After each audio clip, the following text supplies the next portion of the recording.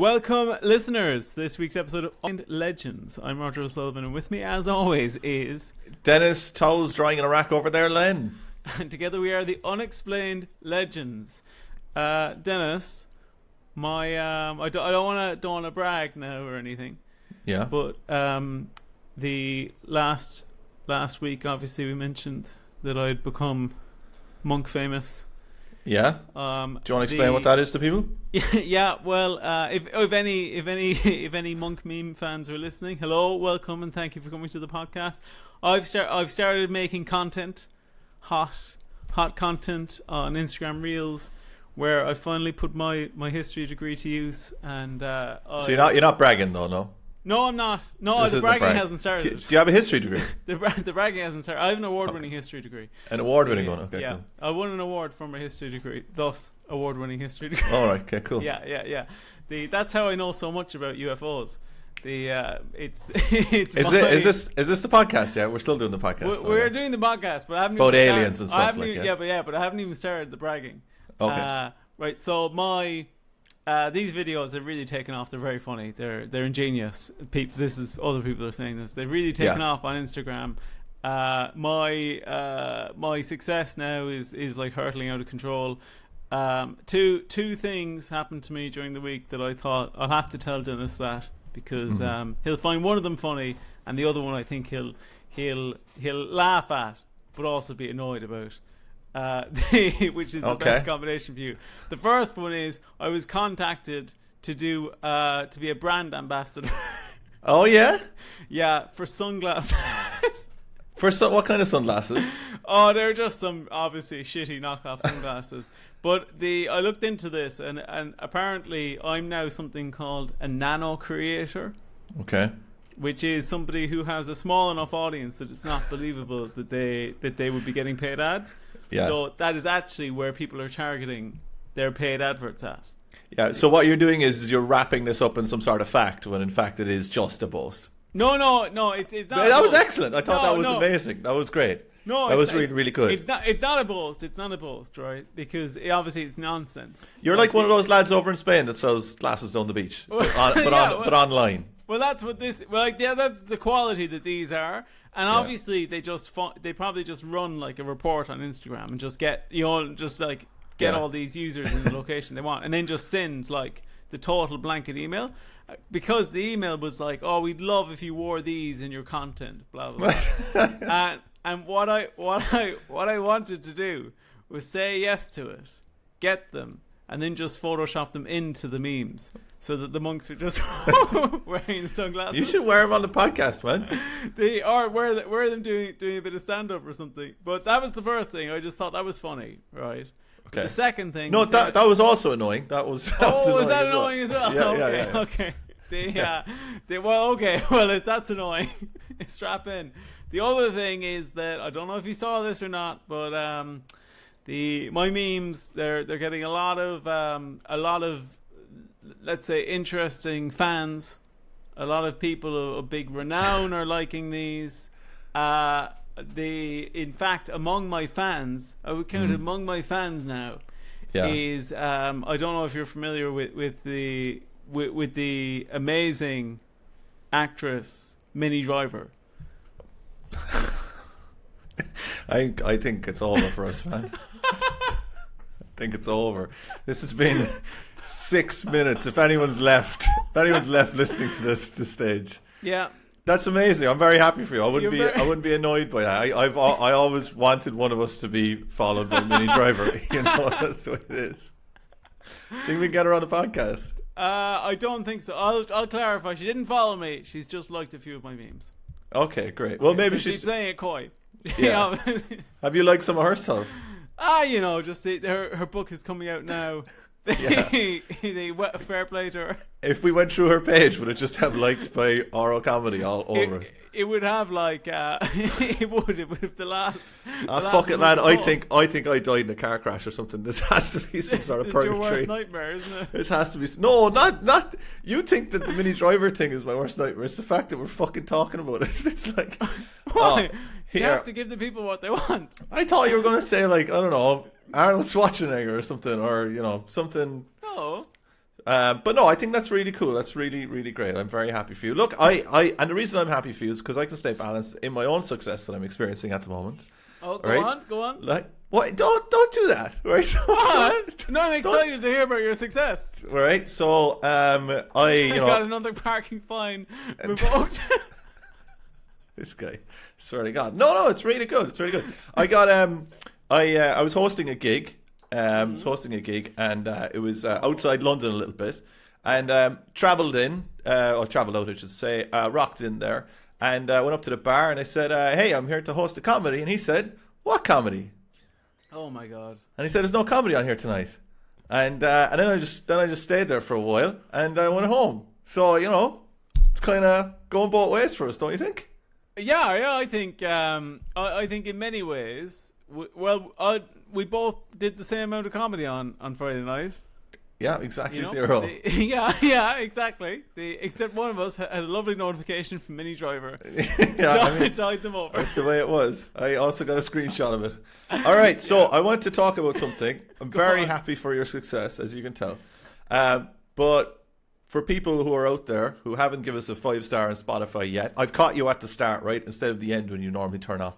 But give us a 5-star on Spotify. I want to see that at 100. If you haven't already, do it right now while you're listening to it. You can just click on it. It's just above it. But the other thing is that on our YouTube channel, where we put up some shorts and clips from this podcast, we have been getting some comments in, and it is really, really funny on YouTube to just see the parts of society that we're attracting and whatever. Yes. But one of my favorite interactions we've got yet. No, it was I was very proud of how clickbaity this title is, right? Because I knew what was coming in, but I didn't think they actually would. But it was, is UFO politically incorrect? Right? Hashtag aliens, hashtag podcast, right? Two good hashtags as well. But in this clip, I'm just telling a story, which is true, of where I correct a family member when they say UFO, and I say, you actually need to say UAP these days. Right? And they didn't say anything to me and walked away. Right? That's the clip. So a guy comes in and he says, with strangers, that's okay. But politically correcting your own family member about the word UFO to UAP, that's really infuriating. And I said to him, I'm just assuming it's him. I said, I got the reaction I deserved. And then he said, at least you're humble enough to accept it. That's impressive. Oh my. And then I just want to finish off with this other one. He goes, let's be fair. We get too much political correctness. I'm not surprised they left without saying a word. That sort of correction is fucking annoying. Driver. M.E. Driver. All right, cool. I'm glad you took that bit seriously. That's really good. We really juiced it. What? You're just going to be doing Mini Driver callbacks for the whole thing. I won't. I promise. See, what I was actually going to say in terms of the comments on these videos. No, in terms of the comments on these videos, if I come completely clean, right? It's not you, is it? No, I'm both commenters. No, I think Dennis, what we have to do is, we bring these people into our fold, and then we'll educate them about the correct terms for UFO, UAP. I have to be honest with you though, I find it very hard to say anything other than UFO. It's just ingrained into you, isn't it? Yeah, it is. And if we do get disclosure, and these lads start being about, I'm going to have to change what I call them, like pretty rapidly. Yeah. Also, speaking of UAPs and UFOs, if you're supporting us on Patreon, you can come to the Den Files, which happen after every episode on, you guessed it, Patreon. But I've got a lot of UFO and UAP news today. I usually want to go and try. I always type in first. I'm trying to find something for the Den Files. I always type in werewolf news, and it's always just in case something's happened. Moon. But never happens. I'll have to check the calendar for the next blue moon and then maybe do it the week after. Dennis, you mentioned that there was an axe you wanted to grind at the start of the episode. Is there? There usually is. I can't really remember. It was something to do with Indiana Jones, you told me. Oh, no, I didn't have an axe to grind. It wasn't an axe. Oh, okay, sorry. It was just to bring it up. It was just from the YouTube Shorts thing again, right? Subscribe to our YouTube channel. They barely even noticed we're doing it. But so I just put up this thing. I said, debate. Are there should. ghosts? Are there ghosts in Indiana Jones? Right. And it's Okay, just yeah. us talking about Indiana Jones. And this guy brought up, and he said, Ark of the Covenant scene. Okay. Right. Oh And- yeah, spirits. Right. But I actually provided your argument on this by doing a little research. Right. And I said, I think I can speak for Roger that his argument might be that they are technically angels. Oh, okay. Well, you're close. And then I wanted to ask you whether or not an angel is the same as a ghost. Well, no, it's not. So then you could That's- go forward with that argument then. Yeah, but I don't know if they're angels. I think what they might be is maybe they. Can I get defensive apparitions? Oh, you're not far off it. I was going to just say I think that they might be like extensions of maybe like the heavenly spirit or something. I don't know if they're straight up ghosts because they're not lingering. I think that really is what determines what a ghost is. Okay. Is a spirit that lingers. Whereas these lads, if you see them, it's like they're at rush hour. They're flying out there. There's another one here then as well, and it said, "Why haven't you followed me back?" And it's M Driver. Will you give them a follow back? Yeah, I'll You follow them back for me. Let's see what happens. Well, They're actually plaguing the YouTube place. Really? Yeah, they're all over it. All the M drives. The M dot drive. Dennis, this week it's as if we're in simpatico. Is that what the term is? Yeah, that's what it is. Is it? Like we're mind. We're linking up. nowadays. We're ants. Yeah, we are. We're We're the becoming ant nest minds. mind. Ant heads.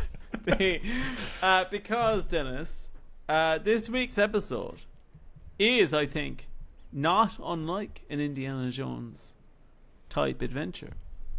Because this week's episode, Dennis, we're talking about an ancient object. We're talking about an almost unfathomable piece of technology. We're talking about something, Dennis, called the Antikythera mechanism. Never heard about it ever before. Never Not in even your life. close. Can you give me the word again? The Antikythera mechanism. So that is spelt Don't have a clue. Antikythera mechanism. And what's a chimera? I'll cut you off there in terms of I had a similar thought process to you when I first heard about it, but actually it's a place in Greece. Oh, okay, fair enough. So I also will caveat it with saying that I probably am saying it wrong, but I think this one, Dennis, I think it will set a fire in your arse, I'd say. Inside my arse. Yeah. And is there, if you were to spin the wheel there now, and point us out, are we in ghost territory? Are we in alien territory? Where are we? Where's the arrow? We're actually in two territories, potentially. Right? We're Yeah. in two territories. One of which I think we've almost never been in. Which one is like ancient civilization territory. Oh, we've popped in there before, but not rarely. Yeah, and in the other territory is I don't want to spoil anything, but we'll say alien territory. Okay, nice, great. We haven't done an alien one in a while, I don't think, have we? No, this Usually- isn't full alien though. Okay, we're not going full alien. No, well, actually, 2 episodes ago we did do a guy saying that aliens existed and the US government just had them. So That I is guess true, yeah. if you But count not in a that as while. alien- In a while, like. in a while, yeah, 2 weeks, not in a fortnight. Yeah, I mean, fine. I haven't done drugs in a while. Yeah, on the back of that, Dennis, Mini Driver hasn't messaged me. In a Oh, while. shut up and get on with the episode. let's crack on with the lamestream narrative. Look at him laughing away. He won't be able to pull himself together for this whole thing. How's your girlfriend handling this news? Oh, she loves Mini Driver. Huh? She loves Mini Driver. The 3 of us are meeting up actually. You're sick. If Don't you're ask listening, I'm me only to messing. don't ask me to edit that out. Do No. not ask me to edit that out. No, it will have to be edited out. Why will it have to be edited It'll out? have to be edited out. Nope. Many. If you're listening, I'm only messing. Also, if you start saying the word Manny as Minnie during this, I will. In early 1900, A group of Greek sponge divers were on a routine exhibition. Wow, great! He's laughing at his own words. You've changed sides on this podcast. I haven't. You have. Ever since the fame, you've changed sides. You've lost it. The phrase "sponge divers" is funny. All day I was like, I don't know how I'm going to get through that, but let's see. Turns out you didn't. Yeah. A group of Greek sponge divers were on a routine exhibition off the coast of Antikythera, where one of the crew came to surface in a panic. The crew member could hardly believe what he had seen, as he claimed that under the waves there had been a group of faces with milky white complexions and several ghostly bodies. Anxious. Oh, sorry, go on. Sorry, reminiscent of the kind of selkies we did in an episode before, so that's reminding me of. So are these underwater ghosts we're encountering? Wait, we're not doing Atlantis, are we? It's Atlantis adjacent, but no. Okay. No, but so these lads who make a living out of hunting sponges underwater. Yeah. And that's where we get our sponges in the house. The most dangerous game. Yeah. They get paid a lot because it's a dangerous job. Yeah. Do you know the next Avatar movie is all going to be about six and sponges. a half hours long. Yeah. Is just wondering, because I know you would have looked this up, but how do they catch the sponges? What kind of bait do they use? Oh, water. But it's fresh water, you see. Ah, right, okay. Yeah. So that's how they get them up. Is that like chum? They put fresh water into the sea. They throw fresh water into. Actually, do you know those like you must know these. They're like back in the 90s you could get these pellets. They're like plastic pellets that would dissolve in water, but they have liquid contained within them. What were they for? They were. I remember my sisters used to get them. I think I bit one. I think I tried to eat one before. Yeah, they were like early bath bombs. Yeah, that's it. They're early bath bombs. Yeah, the pre-industrial age bath bombs. yes. They're like they're maybe like small bath Molotov cocktails or something. They're not as explosive. So you chum the water with fresh water, and then they throw in these little kind of almost soap tablets to get the sponges to come up. And they come up. I actually have a bath bomb here. Oh yeah. Yeah, they bought it as a surprise for my girlfriend, and it's stinking out the whole house. But anyway, I have a big bin in the kitchen. So he was under the water and he saw these faces, right, with white complexions and several ghostly human bodies, right? That's what he saw. So anxious to see what the crewman was raving about, other members of the team suited up and went to investigate. Much to their shock, the original diver was telling the truth. But these people were not in fact humans, but the remains of ancient Greek statues, which had evidently sunk along with the ship they were on. So that's what he'd come across. He actually found a huge ship that had sunk. Alright, so no story there then. He'd just come across a really cool artifact. Yeah, so that's like the start of the story. And end of story. Like, there's going to be no surprises after this, surely to God. No, there's not. It's just a big misunderstanding. Yeah, was the whole thing. Settle in, strap up. There's nothing going on here. A year later, Dennis, the whole wreckage would be scoured by the same divers contracted by the Greek government in order to retrieve these precious artifacts for archaeological examination. Among these many artifacts was one unassuming piece, which to the untrained eye appeared to be nothing more than a square-shaped rock with a strange indentation on its side.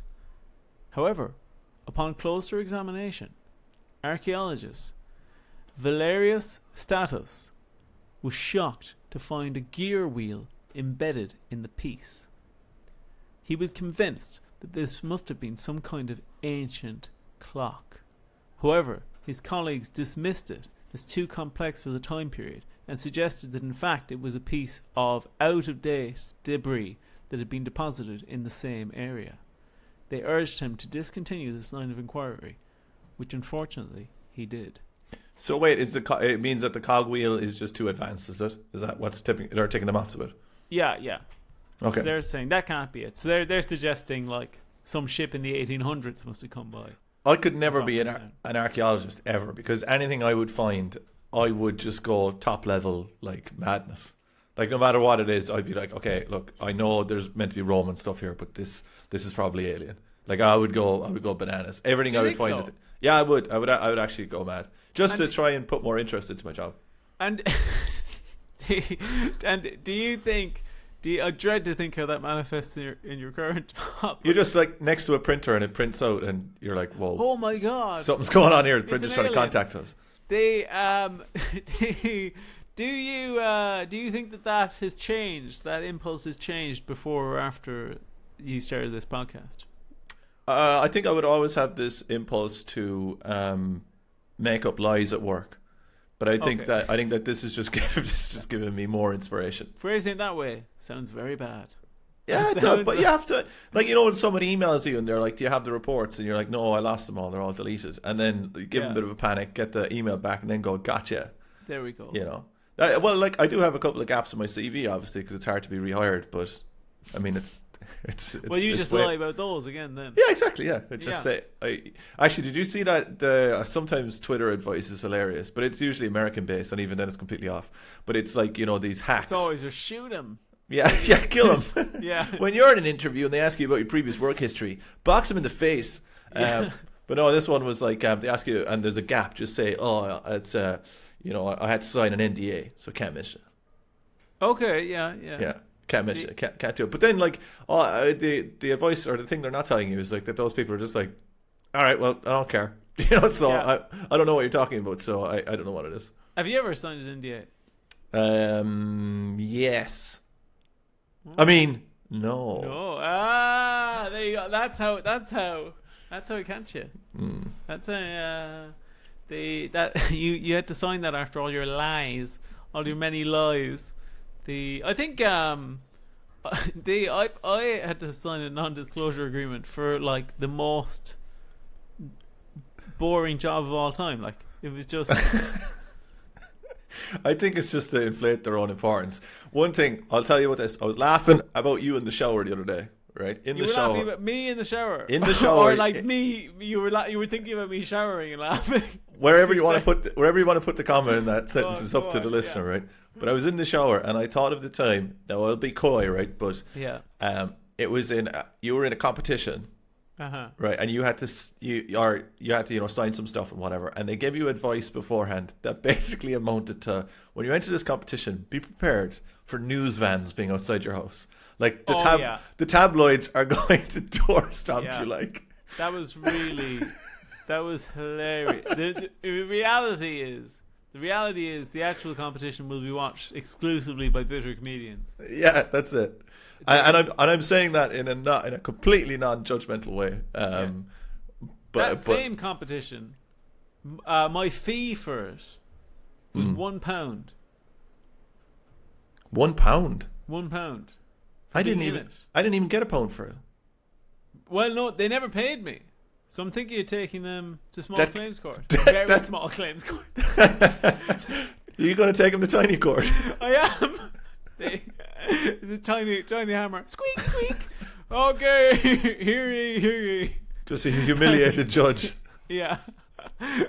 Judge, tiny wig on top of his bald head. I don't think they're all bald under the wigs. No, but this guy is. Okay. Yeah.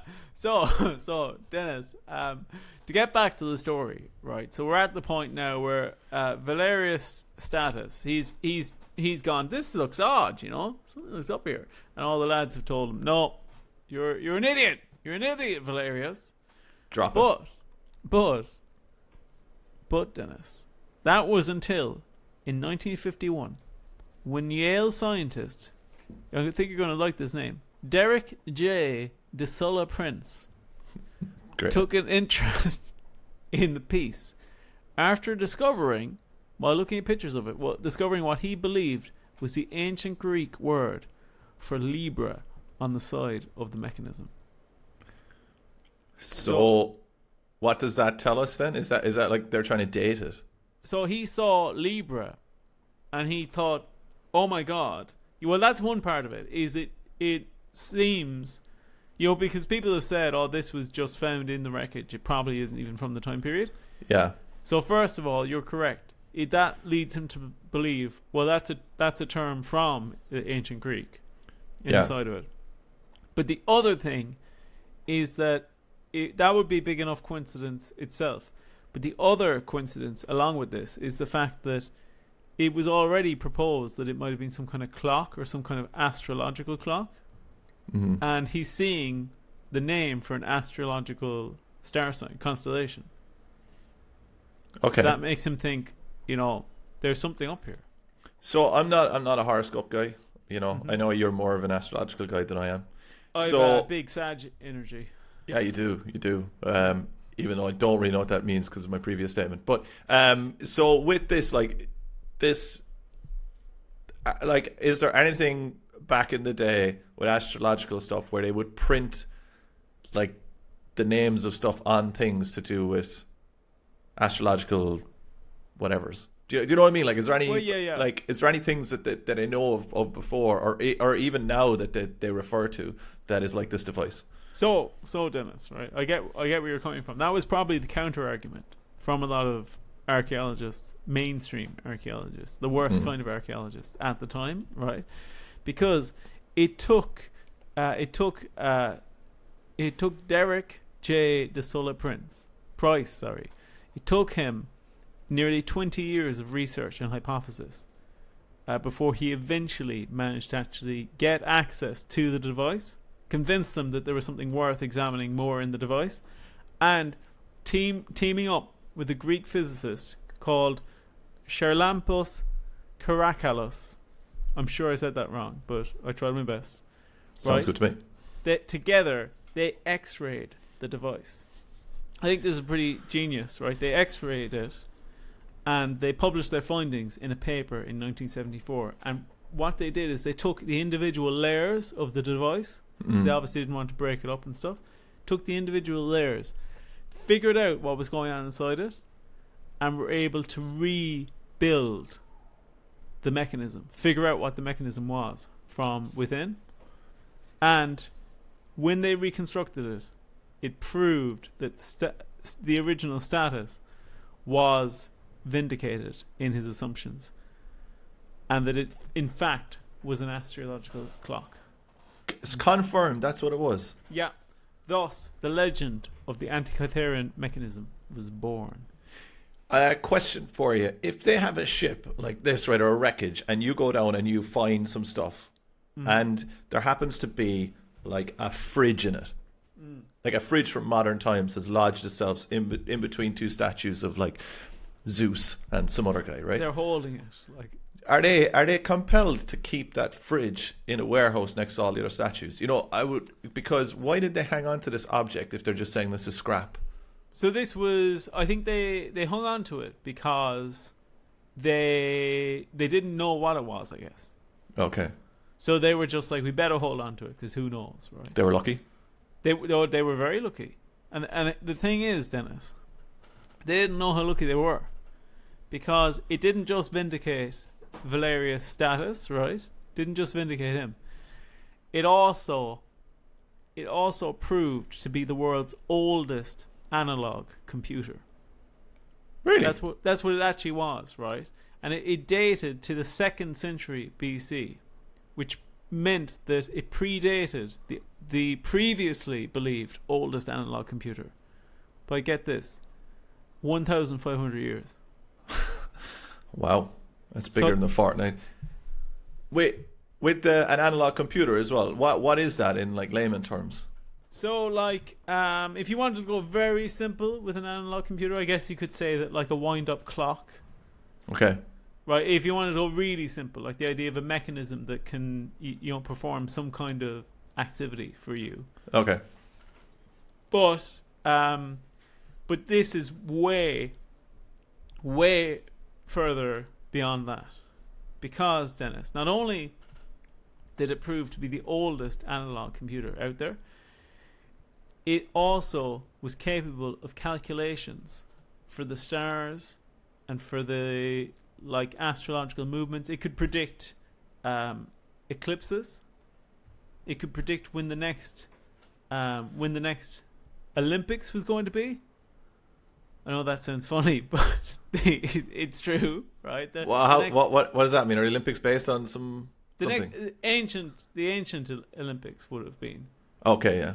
So imagine like that. they didn't predict, like, I don't know, like the LA Olympics or anything like that. No, it did. Okay. Yeah, it didn't go Brazil. It wasn't that complicated, right? But it could tell when they were going to happen. There's also a really good chance that I've just landed on a place that has never held the Olympics when I basically had 100 options. What? Where did you say?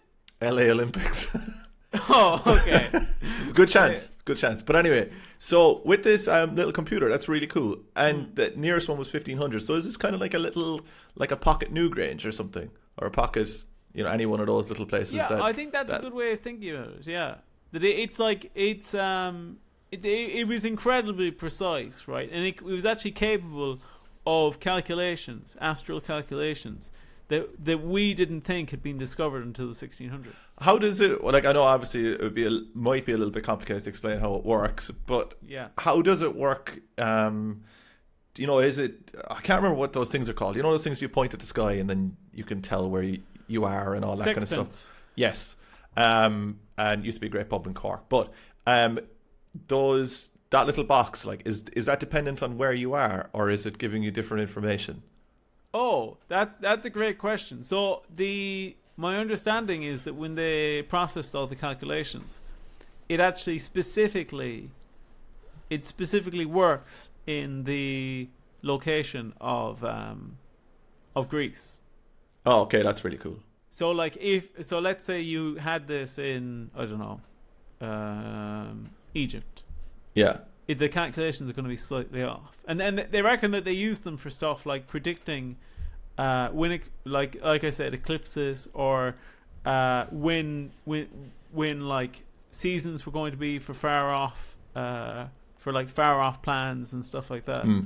So yeah, incredibly complicated device, right? I actually did copy a detailed description of how it was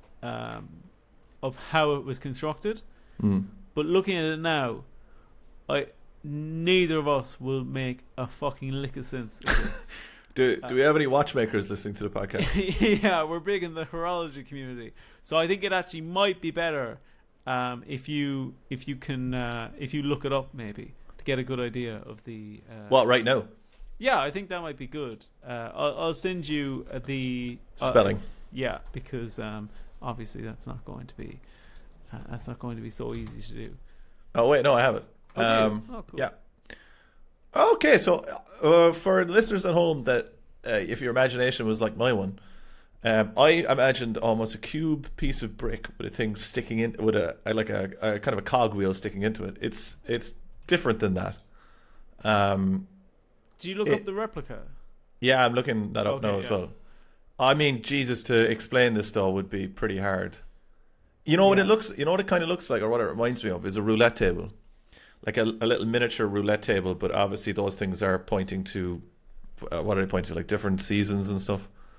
I can't read that thing. Seasons, astral movements, all that kind of shite. Yeah, it's I suppose the face of a watch as well is probably closer, but it does genuinely look like a roulette table. But this is the replica I'm looking at, obviously.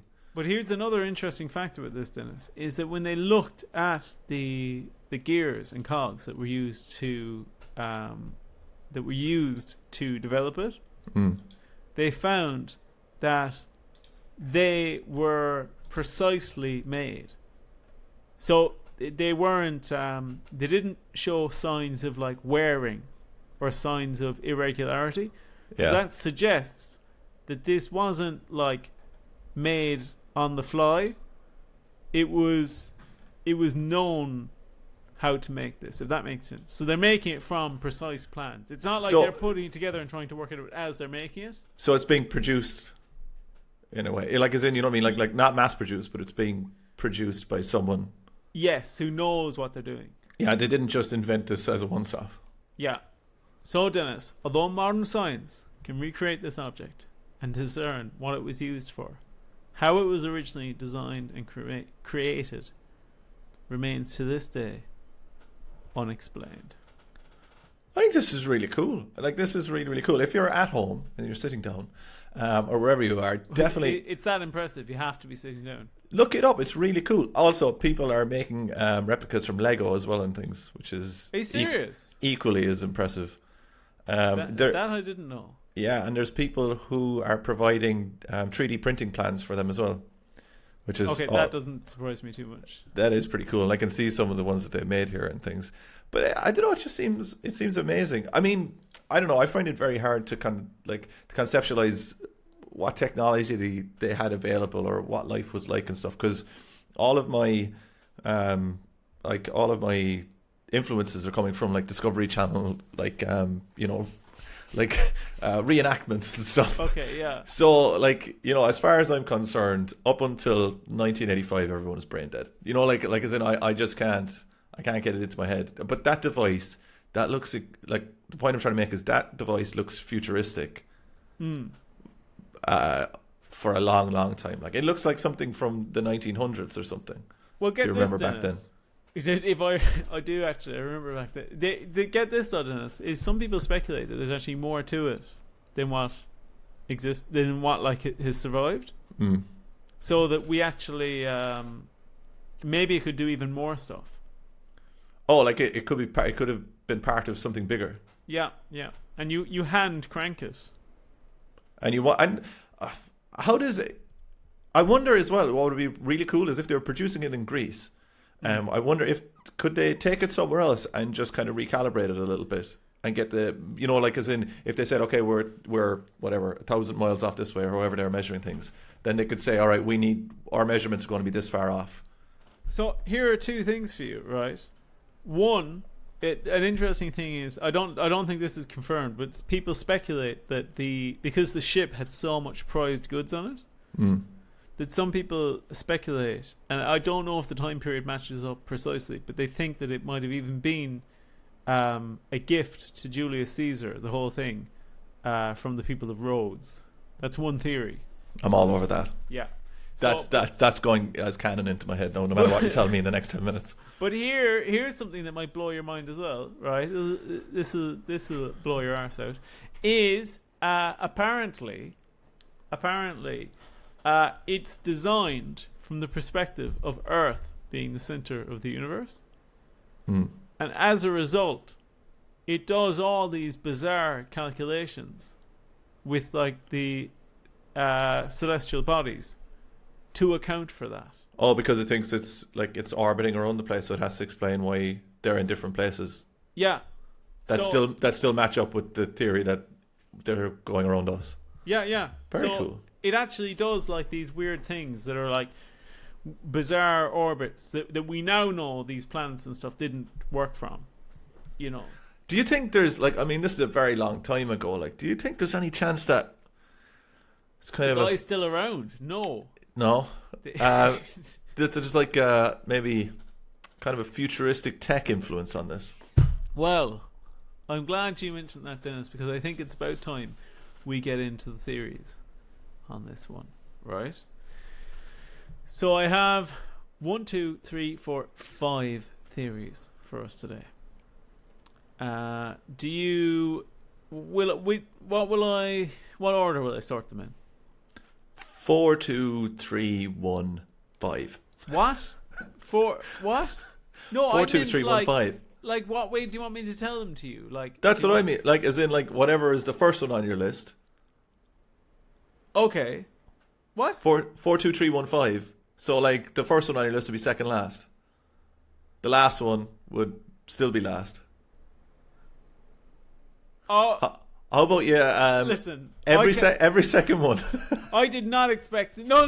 I expected you to say, like, you know, give me the most outlandish first, or give me your Jameis theory. The thing first. is, I have this thing that I was swimming and I was going sponge fishing and I found this little object and this is what it's telling me. This is what it's telling me to do. Okay. So you tell me, what number do you want first? Then I'll go your way, right? Even though it might ruin the dramatic arc.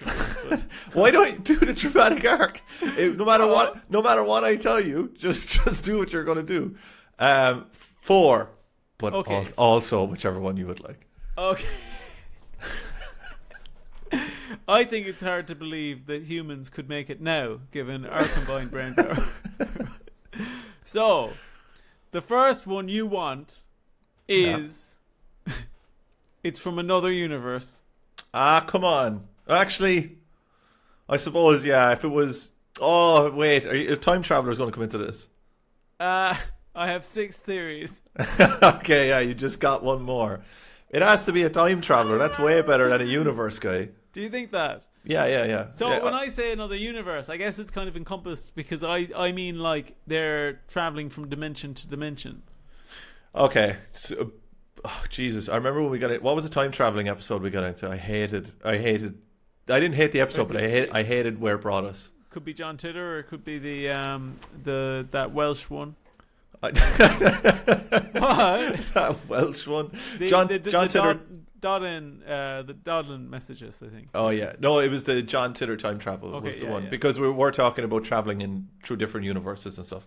Okay, so I like that, kind of like an Indiana Jones time traveler has arrived 1500. You see, sorry, I'm jumping around thoughts here, but what I like about that theory, right, I can't believe I'm saying this, is that they would have to bring back stuff or across stuff, or I assume they're coming from the future but a different universe, right? That's my assumption. Yeah. But they would have to bring back stuff that wouldn't look too out of place at the time, and would also need to work. So like they can't bring back something that needs power. Okay, yeah. You know, so they will have to bring this thing back. Plus, maybe when they time travel, that affects like electronics and stuff. I don't know. So you're saying it needs to be pre-industrial revolution, is basically. Yeah, everything needs to be wound up. Basically, can't be battery operated. Yeah. Okay. Yeah. Okay. I'm on board for that. Okay. Now, why they need to be in Greece? I suppose I don't know what time they're traveling. That's where everything was going on back then. Yeah, maybe they just want to go back to the birthplace of stuff. But like, I don't know why they're going back there. I can probably think of a theory. They need to go back there because something has been lost to time that is going to save their world in the future. That's usually why they time travel. They're going back to find out about Greek fire. Okay, that's what they're going back for. Yeah. They're going back to figure. Or no, do you know what they're going back to? Is figuring out how to tie a toga. Which is impossible. That knowledge has been lost. Anyone who has had a toga party will tell you the embarrassment that they have they've been caused through togas. The next theory, Dennis, is that the ancient Greeks, were more advanced than we believed them to be. Yeah, I mean, okay, I have to take your word for it on this, right? But like, was there anything around at that time that was that advanced? No. Definitely not. No, genuinely not. Like, honestly, that's even just what the same people are saying. Okay, right. So everyone agrees on that one. Yeah. That's okay. All right. Well, then that is the theory, though. Like, that is the true theory, no? Well, Dennis, the next theory is that it was gifted to us by aliens. All right. Now, what would be the purpose of the aliens giving us that? So you've asked this a lot. Yeah. I'm fucking sick of it. Right. But I'm going to take your own point that you brought up earlier. Mm-hmm. And I'm going to throw it back at you, right? Because I think that this is the aliens' way of explaining to the ancient Greeks just how advanced they are. Okay, and I'm going to throw back the point that this device measures the Earth as being the center of the universe, which is completely wrong. Well, they didn't want to blow their minds too much. Okay, little by little. But I think one thing at a time, you know. Let's give them a computer that calculates everything incorrectly. Yeah, don't fucking you might get your mom on Facebook, but you're not giving her fucking VR. You're not getting her on OnlyFans. Yeah. Okay. You know, annoyingly, I kind of buy that. I knew it. Do you know what? I could actually sense your weakness today. Yeah, I could. I could buy that. Unfortunately. Okay. Next theory, then, Dennis, is that it's a carrying on, a continuation from knowledge from an ancient advanced civilization, maybe even one that predates the Greeks, and they themselves were just continuing this knowledge, but it's been lost to modern day humans. I don't know, like, as in, This episode, maybe you expected some backlash or something. I think this is one of the coolest things we've ever done on the podcast. I know. I knew this. I knew this would be up your alleyway. I thought this would be the sort of thing that you'd, because deep down inside, you like the idea that you think you could make this or figure out how it works. I could break it. Yeah. I could get a loan of it. Think I could do those things, break it, and sweat then for a long, long time. There could be. You could get. You could probably get a phone call from me at 4 a.m. Like I could have newspapers stuck up on my wall and arrows pointing to things and everything. Do you think that this is more or less complicated than the last big mechanical project that you undertook, which was taking apart an Opel Corsa? And replacing the head gasket. Yeah. Do you know what? My other theory is that this is actually the engine of an Opel Corsa. I've seen the cylinders in it. It would probably, it would be more difficult just because there's less room to work with. So it'd be maybe in my younger years I could have done it, but I just find this stuff fascinating. I also find like things like I can't believe I can't remember the name of it. Oh no, not Newgrange, the other one, Stonehenge. Stonehenge, yeah, like the way that they have the advanced like masonry on it and the hinges and stuff. And when you tell people that, they act like you're crazy, and you're like, I'm not crazy. For the people listening at home who aren't watching the YouTube video, the way Denis conveyed Stonehenge is he did an impression of Madonna doing Vogue. What have you been watching lately? That's what you're coming up with. You did. You went. Yeah. Wow, Madonna's in the building. Yeah. Yeah, but I think it's really, really cool. I don't know. This stuff kind of annoys me at the same time because usually I can dismiss stuff, but this is just going to keep me up at night. What do you think? I know we're going through the theories, but where do you think this thing comes from? We've got the last theory here, Denis, and it kind of is a continuation from the theory I just said to you. But this is my favorite theory. It itself is an ancient artifact. So it is an ancient artifact that the Greeks found. And they were just carrying it around as something cool. Yeah. That's also believable. Yeah. That's really annoying. No, I don't know about the carbon dating and stuff like that. I don't know if they've done that on it. You hope they haven't. I'm sweating over here. But I think that's, for me, is my favorite theory, that it itself is another, that it was a remnant that even the Greeks could only barely fathom. Very cool. I also kind of thought that it might be brought on the ship as some sort of navigation system. Okay. Again, I don't know its full capabilities, so can it tell you where you are or where the stars are and stuff? Can it point out what they are? That I don't know. Yeah, I don't know. Perhaps is what I would say. If you if you were a guy as well, right, and you invented one of these things, and it was that far back, you could pretty much pretend to be a fucking wizard, because you could tell them when the crops, what the crops are going to be like that year, when the seasons are going to happen. You could make a pretty penny for yourself.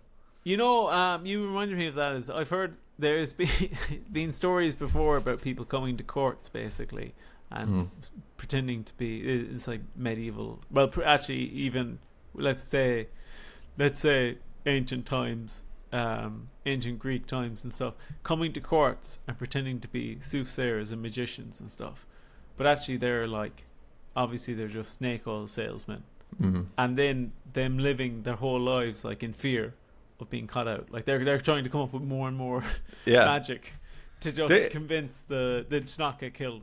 This one would probably keep you going though, wouldn't it? Oh yeah. Oh, you could dine out on this. Yeah, for ages and ages. Yeah.